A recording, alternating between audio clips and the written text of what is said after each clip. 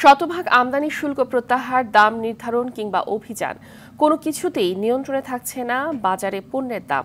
এখনও চালের দাম কমেনি, উল্টো বস্তা প্রতি প্রকারভেদে 100 থেকে 150 টাকা পর্যন্ত দাম বেড়েছে। খুচরা বিক্রেতারা বলছেন পাইকারিতে দাম বেশি থাকায় প্রভাব পড়ছে খুচরা বাজারে। আবার পেঁয়াজের বাজারেও কমেনি অস্থিরতা। দেশি পেঁয়াজ বিক্রি হচ্ছে 150 টাকা কেজি, আর আমদানি করা পেঁয়াজের দর 120 টাকা।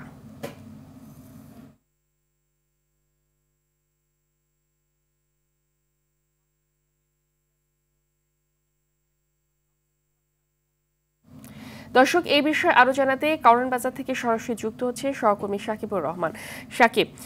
সাকিব, আমদানি শুল্ক পরিহারের পরও দাম কমছে না পণ্যের, তো ব্যবসায়ীরা কি বলছেন এ বিষয়ে? নগদের সর্বোচ্চ বার 167 টাকা রিচার্জে পাবেন 1 লাখ টাকা পুরস্কার। আরও আছে প্রতি সপ্তাহে পুরস্কার ও ক্যাশব্যাক। ফাহমিদা, আসলে চালের বাজারের মূল নিয়ন্ত্রণ কিন্তু থাকে মিলারদের হাতে। মিল থেকে যে টাকা দিয়ে চাল কিনে আনে খুচরা ব্যবসায়ীরা, সেই দামে কিন্তু তাদেরকে বিক্রি করতে হয়।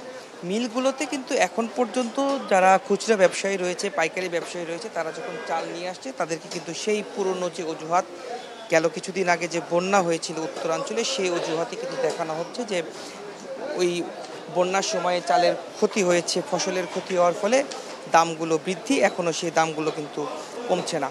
মোটা চাল কিন্তু সব থেকে বেশি দাম বেড়েছে, কেজিতে 4 টাকা 5 টাকা পর্যন্ত বেড়েছে, যেটা বস্তায় যদি আপনি হিসাব করেন সেখানে 250-300 টাকা পর্যন্ত সেটি বস্তার দাম বেড়েছে। সেখানে কিন্তু যারা খুচরা ব্যবসায়ী রয়েছে তাদের এই বেচা বিক্রিতেও অনেকটা ভাটা পড়েছে। আগে যেমন তারা বিক্রি করতেন সেই পরিমাণ এখন বিক্রি করতে পারছেন না, দাম বেশি হয়, মানুষ এখন কম কিনছেন। আমরা যারা ভোক্তা রয়েছে বিশেষ করে তাদের সঙ্গে কথা বলেছি, বলছেন যে চাল নিত্য প্রয়োজনীয় জিনিস, প্রতিদিন প্রতিটা মানুষের ঘরে চাল দরকার হয়।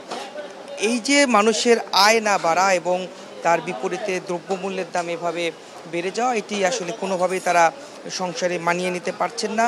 তাদের চাল কিনতে হলে অন্য যে পণ্যগুলো রয়েছে সেখানে তাদের কিছু টাকা সেখানে সামঞ্জস্য করে নিতে হচ্ছে। অর্থাৎ আজ যদি তারা 5 কেজি চাল কিনে, তাহলে হয়তো বা 5 কেজি চালের যে দামটি বেশি হয়েছে সেই টাকাটি তারা অন্য কোনো একটি পণ্য না কিনে সেইভাবে তারা তাদের পরিবার চালাচ্ছেন, হিমশিম খেতে হচ্ছে। তারা বলছেন যে আসলে ছোট ছোট অভিযান এগুলো করে কোনোভাবেই চালের দাম নিয়ন্ত্রণ করা যাবে না। যারা মিলার রয়েছে সেখান থেকে যদি সরকার নিয়ন্ত্রণ করতে পারে তাহলে পরে কমে আসবে চালের দাম।